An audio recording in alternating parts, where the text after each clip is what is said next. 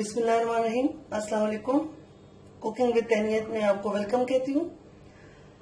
Friends, आज हम बनाने जा रहे हैं नमकीन दुम्बा कढ़ाई, स्पेशली जो पेशावर में बनाई जाती है। तो आज हम उसको बहुत ही आसान तरीके से आपको बनाना सिखाती हूँ मैं, और इंशाल्लाह आप इसको बनाएंगे और घर में सबको पसंद आएगी। इसके लिए हमें जो जरूरी चीजें चाहिए वो मैं आपको बताती हूँ। उसके लिए ये हमने तकरीबन 1 किलो दुम्बे का गोश्त ले लिया। ये मैंने फ्रोजन टमाटर ले लिए, आप फ्रेश भी ले सकते हैं। अगर फ्रेश ना हो तो आप ये फ्रोजन भी ले सकते हैं। ये सब्ज मिर्चें मैंने ले ली है तकरीबन 4 से 5। ये 1 कप मैंने दही ले लिया है। ये मैंने दुम्बे की जो चर्बी होती है, ये जो इसकी स्पेशल इसकी रेसिपी है वो मैंने ले ली है। और ये काली मिर्च मैंने ले ली है। सफेद जो नमक है, काला नमक नहीं, सादा जो नमक होता है वो। ये गरम मसाला है जिसमें ये देखें दालचीनी, जीरा और ये मोटी इलायची, लौंग वगैरह है। थोड़ा सा वो ले लिए। 1 से 2 चम्मच हम इसमें नींबू का रस ले लेंगे। और ये मैंने तकरीबन 2 से 3 जो है ये छोटी चम्मच अदरक लहसुन का पेस्ट ले लिया। तो आए इसको हम बहुत ही आसान रेसिपी से बनाते हैं, तो आप मेरी रेसिपी फॉलो करें।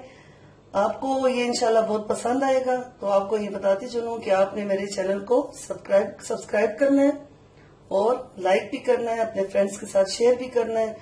और ये कढ़ाई बना के अपने घर वालों को सबको खिला के खूब दाद वसूल करें। चले आए बनाते हैं।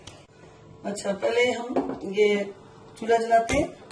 अच्छा, आप इसको कढ़ाई में भी बना सकते हैं, लेकिन अक्सर कढ़ाई में ये होता है कि लोग गलाने के लिए क्या करते हैं, इसमें कचरी पाउडर डालते हैं, जो कि मेरे ख्याल से सेहत के लिए ज्यादा अच्छा नहीं है। तो इस वजह से हम इसको कुकर में ही बनाते हैं ताकि हमें कचरी पाउडर ना डालना पड़े और हमारा गोश्त भी गल जाए और मजेदार कढ़ाई भी तैयार हो जाए। तो लिहाजा मैं तो कचरी पाउडर नहीं डालती। तो सबसे पहले हम क्या करेंगे, इसमें हम ये दुम्बे की जो चर्बी है इसको हम पहले डालते हैं इस तरीके से। ये देखिए फ्रेंड्स, ये तकरीबन काफी हद तक इसकी चर्बी जो है ये देखें पिघल चुकी है। इस तरीके से ये देखिए, हम इसको थोड़ी देर और इसकी चर्बी में ही फ्राई करते हैं। फिर उसके बाद मैं आपको बताती हूँ कि हमने क्या करना है। दुम्बे का गोश्त हो या बकरे का हो, तो इस गोश्त को बाज़ औक़ात किसी बकरे का गोश्त या दुम्बे का जल्दी गल जाता है और बाज़ औक़ात बहुत टाइम लगाता है। तो इस वजह से हमें थोड़ी देर के लिए जो है कम से कम 5 से 7 मिनट के लिए कुकर को बंद करना पड़ता है। तो फिर उसके बाद जो है वो तब अच्छे तरीके से गल जाता है। अगर आप सिर्फ कढ़ाई में बनाना चाहते हैं तो फिर आप कच्चे पाउडर डाल दें।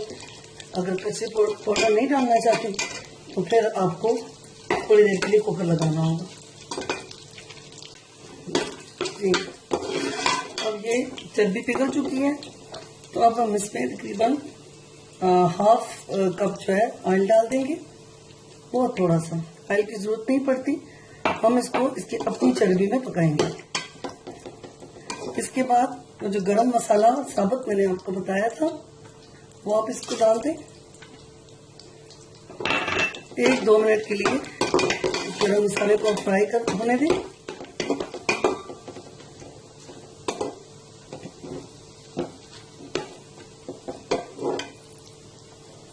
फिर आप इसमें देखें जो गोश्त है दुम्बे का, इसको आप डाल दें।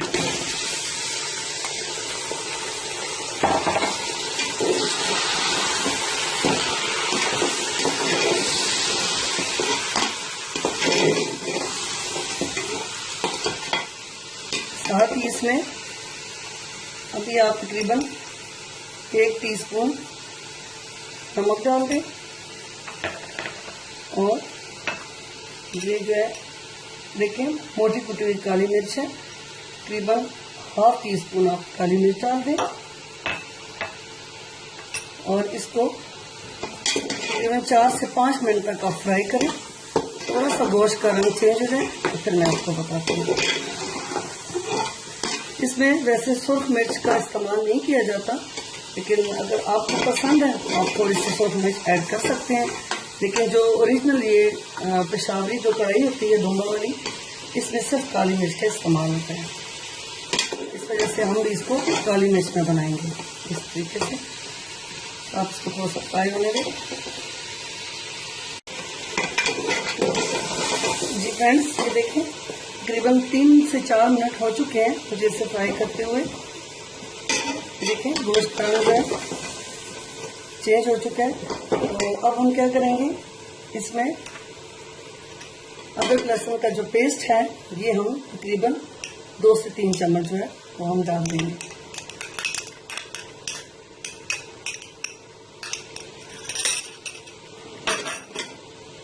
और इसको मज़ीद हम तकरीबन 3 से 4 मिनट इसको फ्राई करेंगे। फिर मैं आपको बताती हूँ कि इसके बाद क्या करना है। अदरक लहसुन का पेस्ट डालने के बाद तकरीबन 3-4 मिनट आप इसको मज़ीद फ्राई करें। तकरीबन 7 से 8 मिनट हो चुके हैं उसको फ्राई करते हुए। पहले उसको आप चर्बी में और थोड़े से ऑयल में फ्राई करें और तकरीबन 5 मिनट तक आप इसको अदरक लहसुन का पेस्ट डाल के तो उसमें फ्राई करें। तो साथ ही आप इसमें थोड़ा सा नींबू का रस जो मैंने आपको बताया था वो डाल दें। अदरक लहसुन का पेस्ट और जो नींबू का रस है उससे ये जो आपको मटन में या दुम्बे के गोश्त में जो आप लोगों को स्मेल आती है, बाज़ लोगों को शिकायत होती है, तो वो उसकी स्मेल बिल्कुल ख़त्म हो जाएगी जब आप इसको इस तरीके से फ्राई करेंगे। अब ये देखिए हमारा गोश्त तकरीबन 8 से 10 मिनट तक ये फ्राई हो चुका है।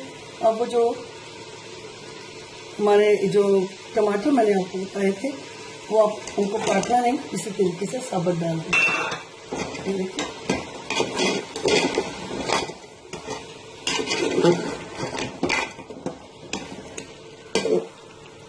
और वैसे तो इसमें पानी डालने की ज़रूरत नहीं है क्योंकि टमाटर भी अपना पानी छोड़ते हैं और गोश्त। तो आप बस हाफ कप देखें, हाफ कप आप इसमें पानी डाल दें और इसको फिर बंद कर दें कुकर को। तकरीबन 5 से 6 मिनट में इसको बंद करूंगी, फिर आपको बताती हूँ इसके बाद क्या करना है। जी फ्रेंड्स, देखिए ये तकरीबन 2 से 3 मिनट मैंने कुकर को बंद किया। गोश्त तकरीबन बस गलने ही वाला है। तकरीबन हमें 2 से 3 मिनट और बंद करना पड़ेगा। वो जो हमने टमाटर डाले थे वो गल चुके हैं। इस तरीके से आप उनके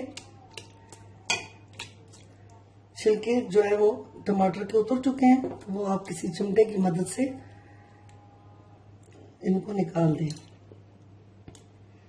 इस तरीके से।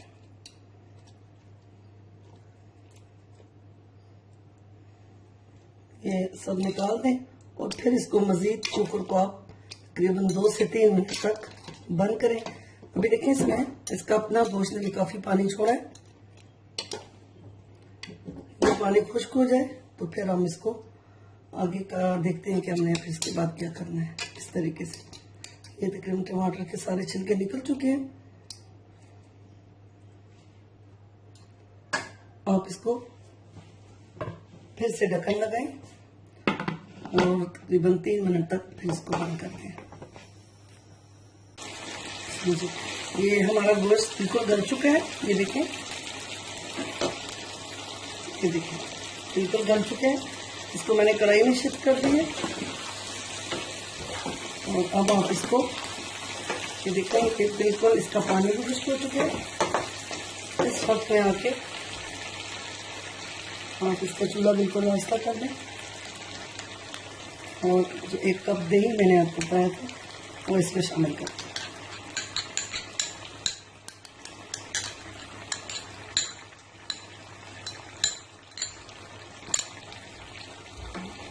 दही या क्रीम शामिल करते वक्त हमेशा चूल्हा आप अपना हल्का कर दिया करें इस तरीके से।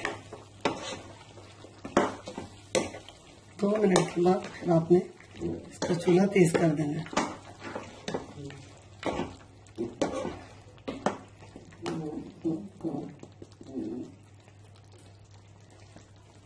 दही डालने के बाद आप इसका मीडियम आंच कर दें और इसको तकरीबन 5 मिनट तक दम पे रखते हैं।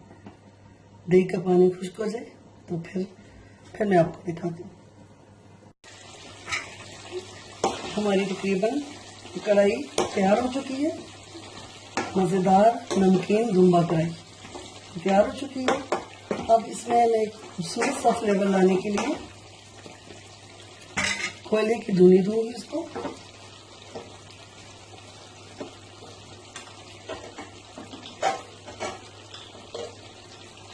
इस तरीके से इसकी आंच बिल्कुल मध्यम कर दें।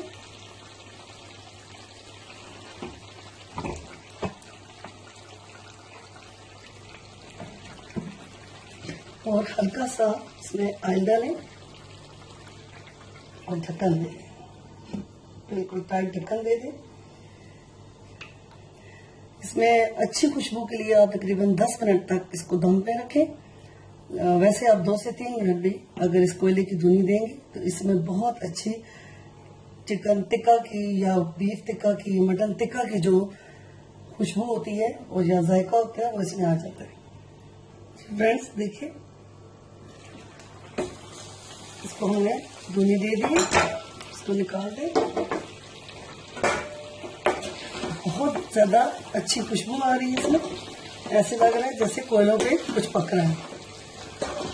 आप इसको बनाएं, आपको ये बहुत ज्यादा पसंद आएगी और जिसको भी खिलाएंगे वो तारीफ किए बिना नहीं रह सकेगा। लास्ट में आप क्या करें, सब्ज मिर्चें जो आपने काट के डाली है वो डाल दें। गरम मसाला मैंने स्टार्ट में बताया नहीं है, लेकिन इसमें हल्की सी खुशबू के लिए थोड़ा सा आप इस पे छिड़क दें। और इसको बंद करने से पहले तकरीबन ½ टीस्पून आप काली मिर्च डाल दें। काली मिर्च हमेशा आखिर में लाजमी डाला करें। ये देखिए, अब इसको आप ढक्कन दे दें। तकरीबन 1 मिनट के बाद आप इसको चेक करें। 1 मिनट हो चुका है। अब हमारी मजेदार नमकीन दुम्बा कढ़ाई तैयार हो चुकी है। मैं आपको डिश आउट करके दिखाती हूँ। ये देखें जी, हमारी दुम्बा कढ़ाई बिल्कुल तैयार हो चुकी है और बहुत ही ज्यादा अच्छी खुशबू आ रही है और इसका जायका भी बहुत ज्यादा अच्छा है। यकीनन आपको मेरी ये वीडियो बहुत ज्यादा पसंद आएगी इंशाल्लाह। आप बिल्कुल मेरी रेसिपी से दुम्बा कढ़ाई या मटन, बकरे का गोश्त या दुम्बे का, जो भी आपको अवेलेबल हो, आप इस तरीके से कढ़ाई बनाएं, आपको बहुत ज्यादा पसंद आएगी। मुझे अपनी दुआओं में याद रखिएगा और मेरे चैनल को सब्सक्राइब करना ना भूलिएगा। अब मुझे इजाजत दें। अल्लाह हाफिज।